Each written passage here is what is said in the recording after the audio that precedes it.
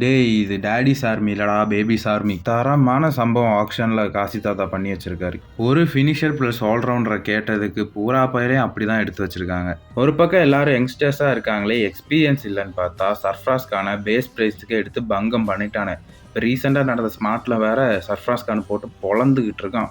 அக்கீல் ஹுசைன் அதுவும் தரமான பிக்கு. பவர் பிளேலெல்லாம் பையகிட்ட போலை கொடுத்தாச்சுன்னா விக்கெட் மேலே விக்கெட்டாக எடுத்தாலும் அதே மாதிரி எண்ட் ஓவர்ஸில் வந்து பிக் சிக்ஸஸும் பயலால் அடிக்க முடியும்.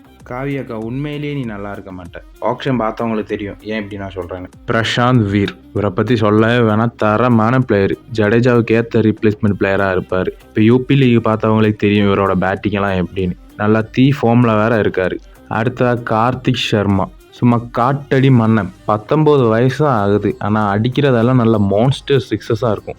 சிஎஸ்கேக்கு ஏற்ற பக்கா ஃபினிஷர்.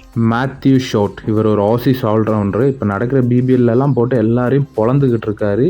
ஒரு பக்கா ஃபினிஷர்னா பக்கா ஃபினிஷர். மேட்சை ஈஸியாக எடுத்துகிட்டு போய் ஃபினிஷ் பண்ண முடியும் இவரால்.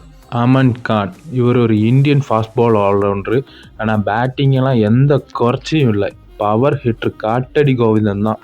மேட் ஹென்ரி இவரை வெல்கம் பேக் ஹோம்னே சொல்லலாம். ஏன்னா இவர் ஆல்ரெடி சிஎஸ்கேக்கு விளாண்ட ஒரு பிளேயர் தான். தரமான பவுலரு. நியூசிலாந்து மேட்செல்லாம் பார்க்குறவங்களுக்கு தெரியும் இவர் எப்படிப்பட்ட ஒரு பவுலர்னு.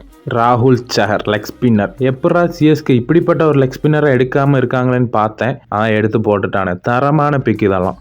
அடுத்த நியூசிலாந்து பிளேயர் ஜாக் ஃபோக்கிஸ் 22 வயசு தான் ஆகுது. நல்ல ஃபார்மில் இருக்கார்.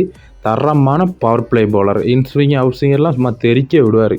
ஓகே, உங்களுக்கு வேறு ஏதாவது டவுட் ஒரு சஜஷன் இருந்துச்சுன்னா கமெண்ட் பாக்ஸில் கமெண்ட் பண்ணுங்கள். See you soon in next video.